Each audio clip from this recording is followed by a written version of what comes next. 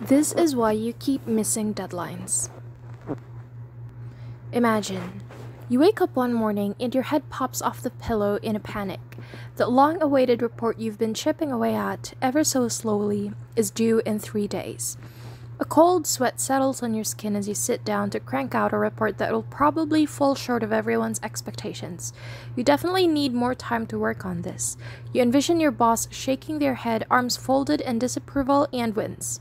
Ugh, how on earth did you let this happen? Now picture this. The due date is a month in the future.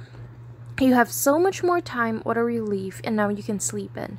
But wait, before you hit the snooze button and let your cortisol levels fall, you need to get to the bottom of this career-disrupting phenomenon, or you'll be doomed to repeat it.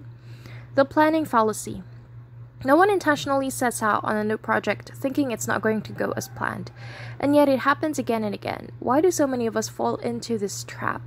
Our perceptions of our available time, our abilities, and any roadblocks we may hit are greatly skewed. This is a phenomenon called the planning fallacy, and it happens to professionals at all levels and in every occupation.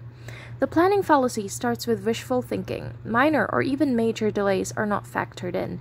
Postponing work does not seem disastrous at first, but because we tend to underestimate how long it will take to complete a task, along with any associated risks and anticipated costs, we unwittingly place ourselves in last-minute, or worse, past deadline scenarios. Research shows that we often underestimate the time and obstacles involved in completing a task, even when it directly contradicts our past experiences. This can be explained by our optimism bias, our natural tendency to believe that the future will somehow be better than the past. Both terms, planning fallacy and optimism bias, were coined by psychologists Daniel Kahneman and Amos Tversky in 1977, whose work gave rise to the field of behavioral economics. In 2002, Kahneman received the Nobel Memorial Prize in Economic Sciences for their research. To learn more about the planning fallacy, how pervasive it is, and how to possibly overcome it, I reached out to expert researchers Philippos Papakonistantao, the Business School, King's College London, and Jonathan Parker, MIT Sloan School of Management, who published a paper on misplanning, procrastination, and commitment with Marcus Brunmeier of Princeton University. We all try to take actions that will lead to probabilistically improved outcomes in the future, and that both motivates us today and make us feel better, Parker explained. What does this look like in practice? Papakonistantao offered this example. Say you have a piece of work to complete and 3 days to get it done. Rather than correctly estimate based on your previous experience that work will take, say, a total of 12 hours to complete, you dream that it will only take 8 hours, which is immediately cheers you up. So you plan to enjoy yourself on the first day and do 4 hours of work on each of the following days. But surprise, when the last day rolls around, you wind up having to work longer than expected. The planning fallacy leads you to have a cram in the end and do way more than you'd anticipated, he said. You end up having to overwork close to your deadlines and possibly even miss it, due to holding optimal beliefs about what you could realistically accomplish and ignoring the many factors outside your control. Can we overcome the planning fallacy? According to Parker, even those who have studied the planning fallacy are susceptible to it. It's an unavoidable phenomenon. So what can we do along the way to keep us the target and help us meet our goals? The researchers have a few suggestions. Number 1, take the outside view. Daniel Kahneman calls this a cure for the planning fallacy. The inside view is the way people usually think about decisions, subjectively based on their own experience, preferences, and personal biases. In contrast, the outside view is grounded in objectivity, data, and statistics. The next time you find yourself procrastinating, ask yourself how much time and effort have similar tasks required in the past. If the task is completely new to you, do your research. Does your work mirror that of another firm? Check to see if there is publicly available, quantifiable information about the time and costs involved in these projects. The internet is your friend. Alternatively, you could ask a colleague to help that estimate to remove your own biases. Every project that one starts, one thinks, okay, this can't be that hard. It actually looks pretty easy. Parker said it's very useful to kick the idea around the lunch with a colleague to see if they can find holes and push them back to your optimism. Experts, this goes for you too. Underestimating the time required is not a newbie mistake. The challenge lies in balancing your optimism bias with realism. The next one. Commit early and publicly. The more you put things off and worse your problems becomes. That's where committing yourself to early actions becomes valuable.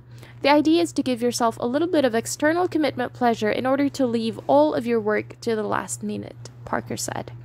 Papakinsato suggests exploring commitment devices or external elements that place constraints upon you, restricting your set of available choices. Consider this commitment device.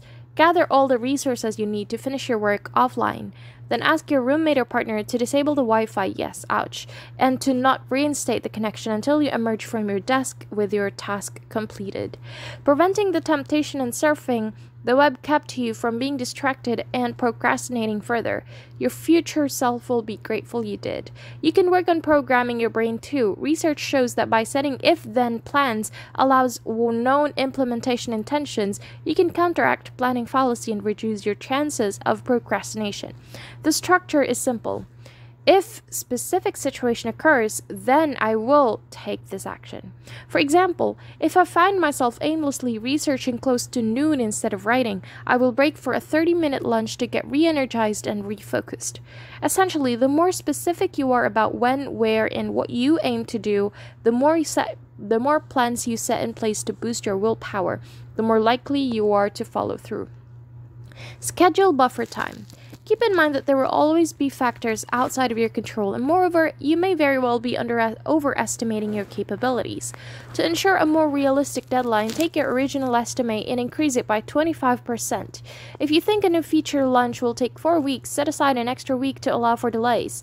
Then add intermittent milestones to think them as mini deadlines to keep you on track along the way. Tech tools can help you stick to this practice. Setting up mobile alerts, using reminder apps like Do or Todoist, or even enlisting a virtual accountability partner can be useful. You can also use your calendar to keep you on track. Block out hours to do focused works on Mondays, Wednesdays, and Fridays, for example. Consider setting up weekly check-ins with external stakeholders or teammates to hold you accountable. Suddenly, any available time slots are looking good for finishing this project. When, not if, you run into issues, having blocks saved in advance will help you move forward on schedule.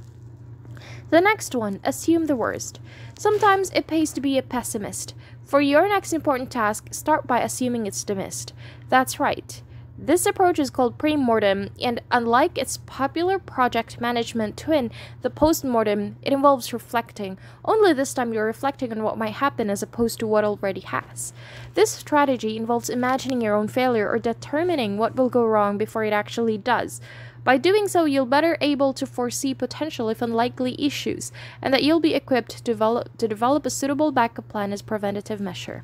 Let's go back to the example of the report you might be putting off. Instead of waiting until the week it's due to get started, conduct a pre-mortem when it's first assigned. 3 months in advance, identify what ways it could be derailed. You might get pulled into other projects. You might forget to block time for it in your calendar. You might let the day-to-day constant inbox refreshing sidetrack you. Now that you know what issues may pop up, you can actively try to avoid them. Pre-mortems are helpful because they walk you through the process and discipline the natural tendency to be optimistic by considering how something will go awry, Parker said. This goes beyond the way an individual might choose to discipline themselves based on their own personal costs of missing the deadline, reputational damage, losing their job, etc. You're effectively forcing them to be more realistic than they would naturally be, and that's a very useful thing for the workplace when time completion is important. While it is impossible to eliminate the planning fallacy from your life, you can strategically manage its existence. Don't let the planning fallacy derail your credibility. Keep on dreaming big and bolster your plans with a hefty dose of evidence-based realism. Your conscience and those who depend on your good work will thank you for it. By Christy DePaul.